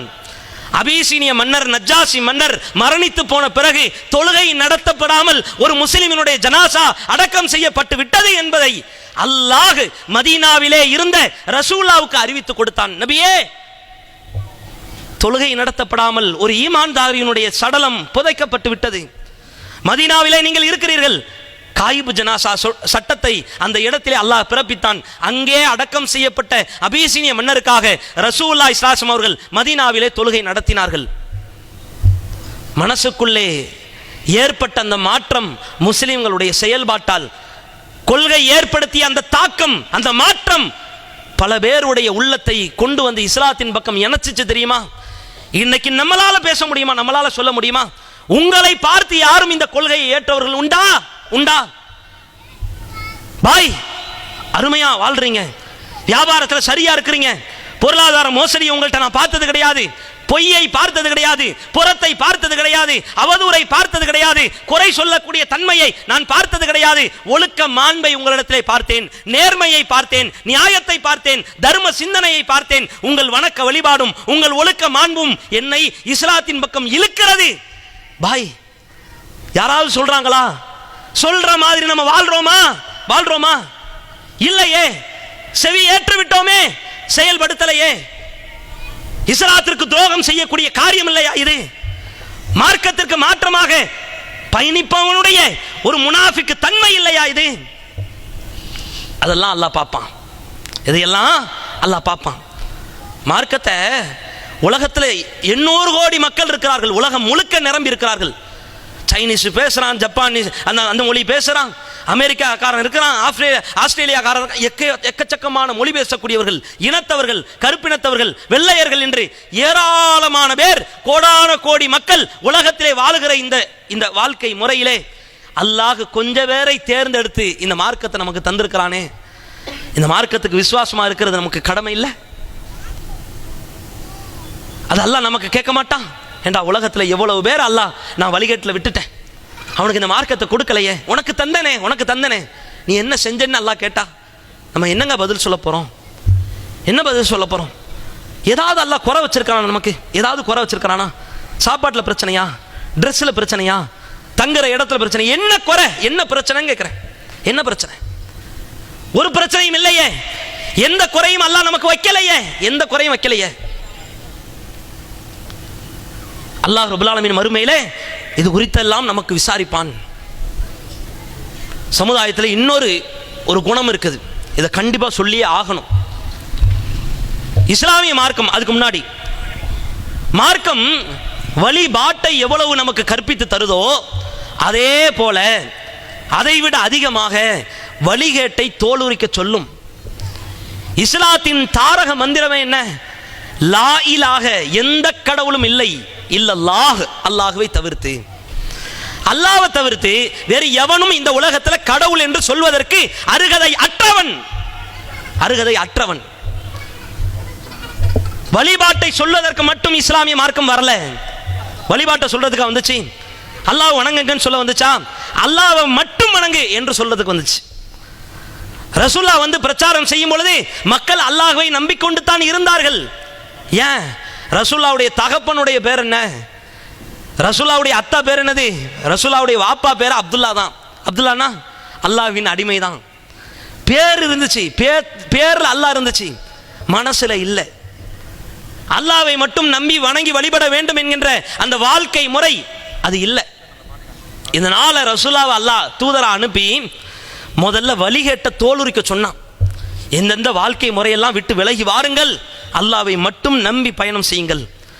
இஸ்லாமிய மார்க்கம் நன்மையை ஏவுவதோடு தீமையை தடுக்கக்கூடிய அந்த ஒரு குணத்தையும் கொண்டிருக்க சொல்லுகிறது. இன்னைக்கு என்ன ஆயிருச்சுன்னா, நன்மையை பேசுகிறார்கள், எல்லாருமே செய்யறாங்க, எல்லாருமே பேசுகிறார்கள். தீமையை தடுக்கக்கூடிய தன்மை இன்றைக்கு சமுதாயத்தில் குறைஞ்சிருக்குதா இல்லையா? குறைஞ்சிருக்குதா இல்லையா? இந்த சமுதாயத்தில் அமைப்புக்கு பஞ்சமா? இயக்கத்துக்கு குறைவா? ஜமாத்துகளுக்கு பஞ்சமா? ஆலிம்களுக்கு தான் பஞ்சமா? எல்லாருமே இருக்கிறார்களே, அப்புறம் ஏன் சமுதாயத்தில் வரதட்சணை கொடுமை இருக்குது? அப்புறம் ஏன் சமுதாயத்தில் வட்டி கொடுமை இருக்குது? அப்புறம் ஏன் சமுதாயத்தில் சாராயத்தை குடிக்கக்கூடிய அந்த தன்மை இருக்குது?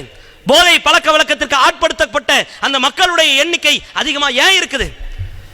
சொல்பவர்கள் சொல்லவில்லை, அதனால் குடிப்பவர்கள் நிறுத்தவில்லை. பாவம் செய்பவர்கள் அதிலிருந்து விலகவில்லை. சொல்பவர்கள் சொல்லவில்லை, அதனால் திருந்த வேண்டியவர்கள் திருந்தவில்லை. சொல்பவர்கள் சொல்லவில்லை, அதனால் மாற வேண்டியவர்கள் மாறவில்லை. மார்க்கத்தை பேச வேண்டியவர்கள் வாயை மூடினார்கள், அத்தோடு சமுதாயம் செத்து வீழ்ந்து விட்டது. தீமையை தடுப்பதற்கு ஒரு துணிச்சல் வேண்டும், ஒரு தைரியம் வேண்டும். ரசூலுல்லாஹ்வுக்கு இருந்துச்சு. அது ரசூலுல்லாஹ்வுக்கு அப்படிப்பட்ட ஒரு சிந்தனை, ஒரு சித்தாந்தம், கொள்கையை கர்ஜனை செய்கிற ஒரு மகத்தான ஒரு உறுதிப்பாடு. ஹுனைன் போர்க்களம், மக்களுடைய எண்ணிக்கை சஹாபாக்களுக்கு மனசிலே மமதையை ஏற்படுத்திருச்சு. கூட்டம் எக்கச்சக்கமா இருக்குதுன்னு சஹாபாக்கள் நம்பி போனார்கள். ஆனால் அந்த கூட்டம் அவர்களுக்கு பயனளிக்கவில்லை என்று புறமுது காட்டக்கூடிய அந்த தன்மையை பார்த்து தெரிந்து கொண்டார்கள். சஹாபாக்கள்லாம் ஓட்டம் எடுத்துட்டாங்க. அபூ சுஃபியான் மக்கா வெற்றிக்கு பிறகு இஸ்லாத்துக்கு வந்தவர். ரசூலுல்லாஹ்வும் அபூ சுஃபியானும் மட்டும்தான் ஹுனைன் போர்க்களத்தில் நிற்கிறாங்க. ரெண்டே பேர் தான். இப்போ என்ன ஆயிடுச்சுன்னா, ஹுனைன் போர்க்களத்தில் ரசூலுல்லாஹ்வை சுத்து போட்டுட்டாங்க மக்கத்து, அதாவது குஃபார்கள், எதிரிகள். ரசூலுல்லாஹ் இந்த இடத்திலே பேசுகிறார்கள், பேசுகிற வார்த்தையை பாருங்கள். சுத்தி எதிரிகளுடைய கூட்டம் சுற்றி வளைக்கப்பட்ட பொழுதும் நான் சத்தியத்தை பேச வந்தவன் தான். ரசூலுல்லாஹ் சொன்னார்கள், அண்ணன் நபி லா கதிப், நான் நபிதான், நான் பொய்யுரைப்பவன் இல்லை. சுத்து போட்டுட்டீங்கன்னா, சுற்றி வளைச்சிட்டீங்கன்னா நான் நிலைப்பாட்டை மாத்திக்கிறவனா? நான் கொள்கை கோட்பாட்டை மாத்திக்கிறவனா? எவனுக்கும் பயப்படாமல் தான் இந்த களத்தை நான் சந்தித்திருக்கிறேன். நான் நபிதான், நான் பொய்யுரைப்பவன் இல்லை என்றார்கள் ரசூலுல்லாஹ். கூட இருந்தது அபூ சுஃபியான் ரலியல்லாஹு அன்ஹு என்கின்ற ஒரே ஒரு நபி தோழர் தான். எப்படி இருந்துச்சு? சத்தியத்தை பேசுறதுக்கு ஒரு தைரியம் வேண்டும். அது கொள்கைவாதிக்கு ரொம்ப அடிப்படை. நன்மையை ஏவனா யாரும் உங்களை தடுக்கவே மாட்டாங்க. இன்னைக்கு ஆம்புலன்ஸை வச்சு இயக்கம் நடத்துகிற நிலையும் இந்த உம்மத்தில் இருக்குது. இரத்த தானத்தை மட்டுமே மைய பொருளாக வைத்து சுழலக்கூடிய இயக்கங்கள் இன்றைக்கு நம்ம உம்மத்தில் இருக்கிறது, சமுதாயத்தில் இருக்கிறது. நன்மையை பேசுறதுக்கு எக்கச்சக்கமான பேர் வந்து விட்டார்கள், பாவத்தை தடுப்பதற்கு இன்னும் வரவில்லை. மனசுக்கு தைரியம் இல்லை, அந்த துணிச்சல் இல்லை. மார்க்கத்தை, கொள்கையை எத்தி வைக்க வேண்டும், பாவத்திற்கு எதிராக போர் பிரகடனம் செய்ய வேண்டும் என்கின்ற அந்த வைராகிய குணம் இன்றைக்கு மழுங்கி போய்விட்டது சமுதாயத்தில். கொள்கையை பேசுகிற நமக்கு வரவே கூடாது, ஆபத்து. தீமையை தடுக்கிறத எப்ப நம்ம நிப்பாட்டுறோமோ அன்னைக்கே படைச்சவனுடைய உதவியும் பேர் அருளும் தடுக்கப்பட்டு விடும். பாவத்தை பாவம் தான் என்று உலகமே சேர்ந்து எதிர்த்தாலும் சொல்லுகிற துணிச்சல் ஒவ்வொரு கொள்கைவாதிக்கும் வேண்டும். அது வேண்டும். இன்னைக்கு என்ன, அதெல்லாம் பேசாதீங்க, இதையெல்லாம் பத்தி பேசாதீங்க, இப்படியெல்லாம் பேசினா செட் ஆகாது, சரி வராது. நன்மையை ஏவிட்டு போயிரும். தொழுகையை மட்டும் சொல்லுங்க, நோன்பை மட்டும் பேசுங்க, தர்மத்தை மட்டும். இதை சொல்றதுக்கு ரசூலுல்லாஹ் வந்தாங்க? இது சொல்றதுக்கு ரசூலுல்லாஹ் வந்தாங்களா? இதையும் சொல்றதுக்கு வந்தாங்க. மிக குறிப்பா வழிகேட்ட தோலுரிக்கிறதுக்கு தான் ரசூலுல்லாஹ் வந்தாங்க. ரசூலுல்லாஹ் மட்டும் அல்ல, எல்லா இறை தூதர்களும் வந்த காலகட்டத்தை நீங்கள் ஒப்பிட்டு உரசி பார்த்தீர்கள் என்றால் பாவம் தலைவிரித்து ஆடும் பொழுது அதை தடுப்பதற்காகத்தான் அல்லாஹ் தூதர்களை அனுப்பி வைத்தான். தீமையை எதிர்த்து போர் பிரகடனம் செய்வதற்குத்தான், போர் குணம் கொண்ட போராளியாக களத்திலே நிற்பதற்குத்தான் அல்லாஹ் தூதர்களை நியமித்தான்.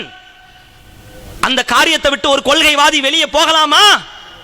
அது பாவம் இல்லையா? கொண்ட கொள்கைக்கு துரோகம் செய்யக்கூடிய நிலை இல்லையா? இதை குறித்து அல்லாஹ் விசாரிக்க மாட்டானா?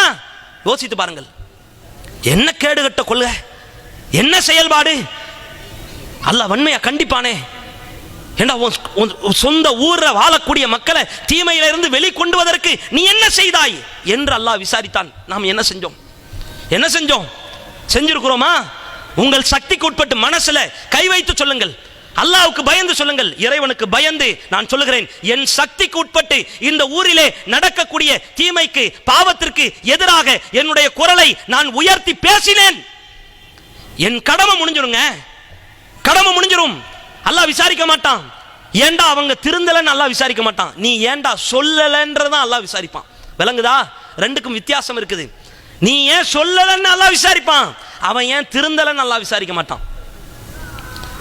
ரசூலுல்லாஹ்வை பார்த்து அல்லாஹ் சொன்னான், நபியே லஸ்த அலைக்கும் பிமுஸைத்திர், நீர் அந்த மக்களுக்கு அனுப்பப்பட்ட பொறுப்புதாரி எல்லாம் கிடையாது.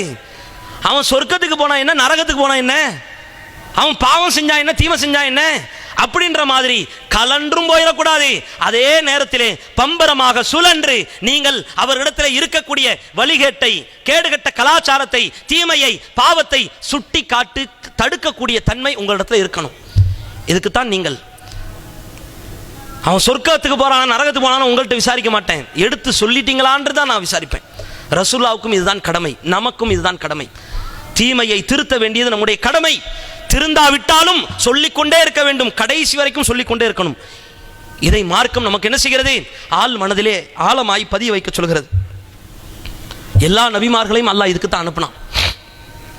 நூஹ் அலைஹிஸ்ஸலாம் அவர்களுடைய சமுதாயத்திலிருந்து, லூத் அலைஹிஸ்ஸலாம் அவருடைய சமுதாயத்திலிருந்து, சாலிஹ் நபியினுடைய சமூது கூட்டம் அந்த சமுதாயத்திலிருந்து, ஷுவைப் அலைஹிஸ்ஸலாம் அவர்களுடைய மத்தியன் வாசிகள் அந்த சமுதாயத்திலிருந்து, தோப்பு வாசிகள், கிணற்று வாசிகள் என்று எக்கச்சக்கமான வரலாறை குர்ஆனிலே நாம் படிக்கிறோமே. என்ன சொல்றான் அல்லாஹ்? என்னத்தை சொல்றான்? அதன் மூலம் நமக்கு என்னத்தை சொல்ல வரான்? என்ன படிப்பின? ஒவ்வொரு தூதரையும் தூக்கி பேசுறதுக்கா? சமுதாயத்தை தாக்கி பேசுறதுக்கா? கீழ்த்தரமா கேடுகட்டவர்களை, கெட்ட அடியார்களை இழிவுபடுத்துறதுக்கு அல்லாஹ் சொல்றான். ஃபிரௌனை குறித்து அல்லாஹ் சொல்லியிருக்காங்க. எதுக்கு சொன்னா? ஃபிரௌன் எதுக்கு சொன்னா? அல்லாஹ் என்னத்துக்கு சொன்னா? ஃபிரௌனை மாதிரி நீ இருந்தாத, அகம்பாவம் பிடிக்காத, ஆணவம் கொள்ளாத என்பதை பேசுறதுக்கு தான் ஃபிரௌனுடைய வரலாற்றை அல்லாஹ் சொன்னானே ஒழிய ஃபிரௌனை கேவலப்படுத்துறதுக்கு இல்லை, ஃபிரௌனை அசிங்கப்படுத்துறதுக்கு இல்லை, ஃபிரௌனை அவமானப்படுத்துவதற்கு இல்லை. ஃபிரௌனை குறித்து அல்லாஹ் நமக்கு சொல்லியிருக்கிறான்னா இவனை மாதிரி நீ இருக்காதன்றதுக்கு காட்டுறதுக்கு தான் அல்லாஹ் சொன்னான். இப்ராஹிம் நபியை அல்லாஹ் சிலாகிச்சு சொன்னா, புகழ்ந்து பேசினா. வத்தகதல்லாஹு இப்ராஹிம கலீலா, அல்லாஹ் இப்ராஹிம் நபியை தன்னுடைய உற்ற தோழனாக தேர்ந்தெடுத்து கொண்டான் என்று அல்லாஹ் குர்ஆன்ல சொல்றான். எதுக்கு சொல்றான்? என்னத்துக்கு சொல்றான்? எதுக்கு சொல்றான்? இப்ராஹிம் நபியை புகழ்றதுக்கா? இப்ராஹிம் நபியை அப்படியே சிலாகிச்சு சிலிர்த்து புகழ்ந்து தலைக்கு மேல தூக்கி வச்சு கொண்டாடுறதுக்கா? அதுக்கு அல்ல. இப்ராஹிம் நபி மாதிரி கொள்கை விஷயத்திலே ஆடாமல் அசையாமல் ஓடி விடாமல் புறமுது காட்டி விடாமல் நீ உறுதியாக இருக்க வேண்டும் என்பதற்காக. பெற்ற தந்தையே இணை வைத்தாலும் அதை எதிர்த்து பேசக்கூடிய துணிச்சல் இப்ராஹிம் நபியிடத்தில் இருந்தது. ஊர் உலகமே தன்னை நெருப்பு குண்டத்திலே தூக்கி வீசினாலும் கொண்ட கொள்கையிலே தடுமாறாமல் தடமாறாமல் இறுதி வரைக்கும் கொள்கையை கர்ஜனை செய்யக்கூடிய விஷயத்திலே அவரிடத்திலே படிப்பினை இருந்தது. அதனால் பேசுகிறான் இப்ராஹிம் நபியை. விளங்குதா? வரலாறுகள் முழுக்க இதுக்குத்தான். எல்லாவற்றையும் கேட்கிறோம், பார்க்கிறோம், படிக்கிறோம், ஆனால் ரசிக்கிறோம். ரசனை குணத்தை விட்டுவிடுங்கள். நாம் உலகத்திலே அரசியல் பிழைப்பு நடத்துவதற்கு அல்ல இந்த இயக்கம், இந்த ஜமாத். உலகத்திலே அரசியல் ஆதாயம் பெறுவதற்கும் இல்லை. இன்றைக்கு நோட்டுக்கும் சீட்டுக்கும் இந்த சமுதாயத்தின் மானத்தை அடைமானம் வைத்துக் கொள்ளக்கூடிய செல்லக்கூடிய மக்களை பார்க்கிறோம், இயக்க தலைவர்களை பார்க்கிறோம். கொண்ட கொள்கையை தூக்கி தூர வீசிவிட்டு செல்லக்கூடிய மனநிலையை பார்க்கிறோம். ஈமானிற்கு முக்கியத்துவம் கொடுக்காமல், முதன்மை இடத்தை வழங்காமல், உலகத்தின் பதவியும் பட்டமும் பெருமையும் ஆணவமும் திமிரும் இருமாப்பும் உலகத்திலே பல பேரை வழிகெடுத்துக் கொண்டிருக்கிறது. அதற்காக நாம் வரவில்லை, அதற்காக வரல. சொந்த வாழ்க்கையை செயல்படுத்தி சீர்படுத்தி சிற்பமாய் செதுக்கிக் கொண்டு மக்களையும் மாற்றுவதற்குத்தான் வந்தோம். உலகத்தின் ஆதாயத்தை நோக்கி எந்த தூதரையும் அல்லாஹ் அனுப்பல. உலகத்தில் உங்களுக்கு அரசாட்சி கிடைக்கும், நீங்க மன்னராவீங்க, உங்களுக்கு கீழே மிகப்பெரிய ராணுவம் வரும். அல்லாஹ் எந்த தூதருக்காக சொன்னானா? சொல்லலையே. ரசூலா நினைச்சாங்களா? கனவாவது கண்டாங்களா? நினைச்சாங்களா? எழுத படிக்க தெரியாத என்னை இறைவன் மன்னனாக ஆக்குவான் என்று ரசூலா நினைச்சாங்களா? அதுக்காக சஹாபாக்களை திரட்டினாங்களா? இல்லையே. ரசூலுல்லாவுக்கு அல்லாஹ் எக்ஸ்ட்ராவாக கொடுத்த பரிசு தான் அது. ஆட்சி அதிகாரம் என்பது உலகத்திலே நம்முடைய பசியாக இருக்கக்கூடாது, நம் நோக்கமாக இருக்கக்கூடாது, நம் இலக்காகவும் இருக்கக்கூடாது. அதற்காக நாம் வரவழைக்கப்படவில்லை. நம்மை அல்லாஹ் அதுக்காக உருவாக்கவும் இல்லை. நம்மை படைத்ததற்கு காரணம் உலகத்தின் ஆதாயத்திற்காக அல்ல, மறுமைக்காகத்தான். அதனால் இறைவன் குர்ஆனை கொண்டு ஹதீஸை கொண்டு நமக்கு பரிபூரணப்படுத்தி விட்டான் வாழ்க்கை செயல் திட்டத்தை. இனிமே ஒருத்தன் பிறந்து வந்து இதெல்லாம் ஹலாலு ஹராம்னு சொல்ல வேண்டிய அவசியமே இல்லை. அப்படி அல்லாஹ் வச்சிருக்கிறானா? அல்லாஹ் எதையாவது சொல்லாம விட்டுட்டானா? எதையாவது பேசாம விட்டுட்டானா? இது கூடுமா இது கூடாதான்னு தெரியாத அளவிற்கு தெரியாத புதிதாக அல்லாஹ் இந்த மார்க்கத்தை வச்சிருக்கிறானா? எல்லாத்தையும் சொல்லிட்டான் அல்லாஹ். விளங்குதா? எல்லாத்தையும் சொல்லிட்டான் அல்லாஹ். அதை பேணுவது மட்டும்தான் நம்முடைய கடமை, அதை பின்பற்றுவது மட்டும்தான் நம்முடைய கடமை. யாருக்கும் எவருக்கும் ஊருக்கும் உறவுக்கும் அடிபணியாமல், சரணடையாமல், சமரசம் செய்யாமல் சத்தியத்தை இறுதி வரைக்கும் உறுதியாக பற்றி பிடித்து வாழ்வதுதான் நம்முடைய கடமை. அதற்குத்தான் நாம் வந்தோம். வந்த நோக்கத்தை மறந்துவிடக்கூடாது. நம்முடைய சொந்த நோக்கம் என்னவாக வேண்டுமானாலும் இருக்கலாம். உலகத்திலே நாம் சம்பாதிக்கிற சம்பாத்தியம், நாம் பேணுகிற வாழ்க்கை முறை, நாம் ஈட்டுகிற செல்வம், நாம் கட்டுகிற வீடு, கட்டிய மனைவி, பெற்றெடுத்த பிள்ளை, என்ன நோக்கம் வேண்டுமானாலும் ஒரு முஸ்லிமுக்கு இருக்கலாம். அதை அல்லாஹ் ஹராமாக்கவில்லை. அதே வேளையில் முதன்மை கொள்கைக்கு, மார்க்கத்திற்கு, இஸ்லாத்திற்கு, ஈமானுக்கு இரண்டாம் பட்சம் தான் மற்றதெல்லாம், மூன்றாவது பட்சம் தான் மற்றதெல்லாம், அடுத்த கட்டம் தான் மற்றதெல்லாம். கொள்கைக்கோ ஈமானுக்கோ இஸ்லாத்திற்கோ மார்க்கத்தை பேணுகிற வாழ்க்கைக்கோ ஏதாவது தடங்களாக, தடை கற்களாக வந்து நின்றால் அதை சுக்கு நூறாக ஒடித்து சிதற வைக்கக்கூடிய தன்மை ஒவ்வொரு கொள்கைக்கு வாதிக்கும் வரணும். அப்படி ஏற்பட்டால் தான் அசத்தியவாதிகள் பயப்படுவார்கள். திருமறை குர்ஆன்ல அல்லாஹ் சொல்றான், சத்தியத்தை அசத்தியத்தின் மீது வீசுகிறோம், நாம் வீசுகிறோம், தூக்கி போடுறோம். அசத்தியவாதிகள் அஞ்சி நடுங்குகிறார்கள், உள்ளமெல்லாம் திடுக்குறுகிறார்கள். ரசூலுல்லாஹ் வார்த்தை அல்லாஹ் சொன்னான், நபியே தஹ்சபுஹும் ஜமீஆ, எதிரிகள் எல்லாம் ஒன்றுபட்டு நிற்கிறாங்களே என்று நபியே நீங்கள் கவலைப்படுகிறீர்கள். ஆனால் நான் உங்களுக்கு சொல்கிறேன், ஒக்குலூபுஹும் ஷத்தா, அவங்களுடைய உள்ளங்கள் பலதரப்பட்டதாக பிரிந்து போய் கிடக்கிறது. கொள்கையால் அவர்கள் ஒன்றுபடவில்லை. அவங்களை கண்டு நீங்கள் பயப்பட வேண்டிய அவசியமும் இல்லை. கொள்கைவாதிக்குத்தான் அந்த ஒருங்கிணைப்பு, அந்த ஒன்றிணைந்து செயல்படக்கூடிய தன்மை அது வரணும். அதை வரவழைக்க சொல்கிறான் இறைவன். கன்னஹும் ஹுமுரும் முஸ்தன்ஃபிரா ஃபர்ரத் மின் கஸ்வரா. அல்லாஹ் சொல்கிறான், சத்தியத்தை அசத்தியத்தின் மீது வீசும் பொழுது, சத்திய கருத்தை சொல்லும் பொழுது அசத்தியவாதிகள் சிங்கத்தை கண்டு விரண்டு ஓடுகிற கழுதைகளை போன்று ஓடுகிறார்கள். நாம உறுதியாக இருந்தால் மட்டும்தான் நடக்கும். அட்ஜஸ்ட்மெண்ட் பண்ணாம, சமரசம் செய்யாம, வளைஞ்சு கொடுக்காம, நிலை குலைந்து போகாம, தடுமாறாம, தடம் மாறாம, கொள்கையை இறுதி வரைக்கும் பற்றி கொண்டு சமுதாயத்திலே நெருப்பு கங்குகளாக, அக்கினி பிளம்புகளாக நாம் பேசி பேசி பேசி நம்முடைய கொள்கை நிலைப்பாட்டை மீண்டும் மீண்டும் நிரூபித்தால் மட்டும்தான் அசத்தியவாதிகளுக்கு தான் இருக்கக்கூடிய கொள்கை அசத்தியம் என்று விளங்கும். நாம் அட்ஜஸ்ட்மெண்ட் பண்ணிட்டோம்னு வைங்களேன், இந்த சமரசம், இந்த பலவீனம் நம்முடைய ஈமானையும் சேர்த்து சவக்குழியிலே தள்ளும். அதை விளங்கிக் கொள்ளுங்கள். அதனால் தான் ரசூலுல்லாஹ் கொள்கைக்கு ஒரு பாதிப்பு என்றால் கர்ஜனை செய்தார்கள். இறுதியாக ஒரே ஒரு சம்பவம், உஹது போர்க்களம். அபு சுஃபியான் இஸ்லாத்திற்கு வரவில்லை. அந்த காலகட்டம் அபு சுஃபியான் ஆப்போசிட்ல இருக்கிறாரு.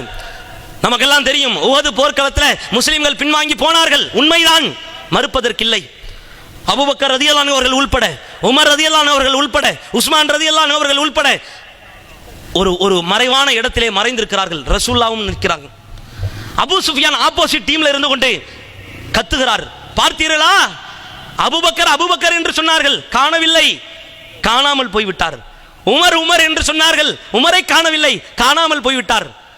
ஒரு கட்டத்திலே அபு சுஃபியான் சொல்கிறார், முகம்மது முகம்மது என்று சொன்னார்களே, முகம்மதை காணவில்லை, ஓடிவிட்டார்கள். ரசூலுல்லாஹ் சஹாபாக்களை ஆசுவாசப்படுத்துறாங்க, அமைதிப்படுத்துறாங்க. பேசாதீர்கள், மாறு கருத்து சொல்லாதீர்கள். இங்கே அபூபக்கருக்கு முக்கியத்துவம் இல்லை, உமருக்கு முக்கியத்துவம் இல்லை, உஸ்மானுக்கு முக்கியத்துவம் இல்லை, எனக்கும் முக்கியத்துவம் இல்லை. ஒரு கட்டத்திலே அபூ சுஃபியான் தன்னுடைய கொள்கையை தூக்கி நிறுத்தி பேசுகிறார். என்ன பேசினார்? லாத்து, உஸ்ஸா, மனாத்து போன்ற சிலைகளுக்கு தான் வெற்றி என்று சொன்னார். வெற்றி பெற்று விட்டார்கள், எங்கள் கடவுள்கள் வெற்றி பெற்று விட்டார்கள். அல்லாஹ் அவரை மன்னிக்கணும். அவர் பிற்காலத்தில் இஸ்லாத்துக்கு வந்து விட்டார், அதை இங்கே பேசவில்லை. அதே நேரத்திலே அவர் கொள்கையை சீண்டி பார்த்த பொழுது ரசூலுல்லாஹ் சஹாபாக்களுக்கு கட்டளையிட்டார்கள், இப்பொழுது ஏன் நீங்கள் அமைதி காக்குறீங்க? ஏன் அமைதி காக்குறீங்க? இங்க எனக்கு இம்பார்ட்டன் இல்லப்பா, உனக்கு இம்பார்ட்டன் இல்லை, ஏற்றிருக்கிற கொள்கைக்கு முக்கியத்துவம் இருக்குதுல்ல. கொள்கையை ஒருத்தர் இழிவுபடுத்தி பேசுகிறார், இழித்து பேசுகிறார், எள்ளி நகையாடுகிறார். உன்னுடைய எதிர்ப்பு குரலை நீ எகரி சொல்லக்கூடாதா, பேசக்கூடாதா? அது உனக்கு கடமை இல்லையா? அது உனக்கு பொறுப்பு இல்லையா? நீ ஏற்றிருக்கக்கூடிய கொள்கை சித்தாந்தம் தானே, ஓரிரை கொள்கை வழிபாடு தானே, ஏகத்துவ சிந்தனை தானே. அதை ஒருத்தர் இழிவுபடுத்தி பேசினார் என்றால் இந்த உலகத்திலே ஒரு கொள்கைவாதி, ஒரு ஏகத்துவவாதி, ஒரு தூய முஸ்லிம் ஈமான்தாரி எப்பொழுது கோபப்படணும், எப்பொழுது கொந்தளித்து ஏளனும் என்பதை ரசூலுல்லாஹ் அந்த சபையிலே ஒரே ஒரு தருணத்திலே போட்டு உடைத்து விட்டார்கள். இப்படி வாழ்வதற்கு நாம் பழகிக் கொள்ள வேண்டும். இனி வரக்கூடிய காலத்திலாவது அல்லாஹ்விற்காக மனம் மாறி திருந்தி இறைவனுக்காக கொள்கையை இறுக பற்றிக் கொள்ளுங்கள். இந்த கொள்கை மட்டும்தான் நம்மை சொர்க்கத்திலே கொண்டு போய் சேர்க்கும். இந்த மார்க்கம் மட்டும்தான் நம்மை நரகத்தை விட்டு பாதுகாக்கும். அல்லாஹ் பேசுகிறான், நரகத்தின் விளிம்பிலே நீங்கள் கிடந்தீர்கள், உங்கள் இடுப்பை பிடித்து இழுத்து கொண்டு சொர்க்கத்தை நோக்கி வழி நடத்தி சென்றவர் ரசூலுல்லாஹ். அவர் வைத்திருந்த ஒரே ஆயுதம் இந்த மார்க்கம் தான். இதுதான் நம்மை பண்படுத்தும், இதுதான் நம்மை பக்குவப்படுத்தும், இதுதான் நம்மை மகத்துவப்படுத்தும், இதுதான் நம்மை நரகத்தை விட்டு பாதுகாக்கும், இதுதான் நம்மை சொர்க்கத்தை நோக்கி அழைத்து செல்லும். படைத்தவனுடைய சன்னிதானத்திலே நம்மை சங்கைப்படுத்தக்கூடியதும் இந்த மார்க்கம் தான். இதை விட்டால், இந்த மார்க்கத்தை விட்டால் உலகத்திலே வேண்டுமானால் பேரும் புகழும் புகழ்ச்சியும் மானமும் மரியாதையும் செல்வாக்கும் கிடைக்கலாம், கிடைக்கிறது. கொள்கையை குழி தோண்டி புதைத்தவர்களுக்கு இந்த உலகத்திலே பொன்னாடை கிடைக்கிறது, பதவி கிடைக்கிறது, பட்டம் கிடைக்கிறது, பொருளாதாரம் கிடைக்கிறது, செல்வாக்கு கிடைக்கிறது, மானம் கிடைக்கிறது, மரியாதை கிடைக்கிறது, அந்தஸ்து கிடைக்கிறது, அத்தனையும் கிடைக்கிறது. மறுமையிலே இவர்கள் சல்லி காசுக்கு பிரயோஜனம் இல்லாமல் கை சேதப்பட்டவர்களாக மறுமையிலே வந்து நிற்பார்கள். அந்த கூட்டத்தோடு நாம் போய் நிற்க போறோமா? எதற்காக வந்தோம்? எதை வேண்டுமானாலும் விட்டுக் கொடுக்கலாம். கொண்ட கொள்கையை, மார்க்கத்தை யாருக்காகவும் எவருக்காகவும் எந்த சூழ்நிலையிலையும் விட்டுக் கொடுக்காமல் இறுக பற்றி கொண்டு பேசக்கூடிய ஒரு உறுதியை அல்லாஹ் ரப்பல் ஆலமீன் நம் அனைவர்களுக்கும் தந்தருள் செய்வானாக. வாஹிர் தஅவானா அனில் ஹம்துலில்லாஹி ரப்பில் ஆலமீன். வஸ்ஸலாமு அலைக்கும் வரஹ்மத்துல்லாஹி வபரகாத்துஹு.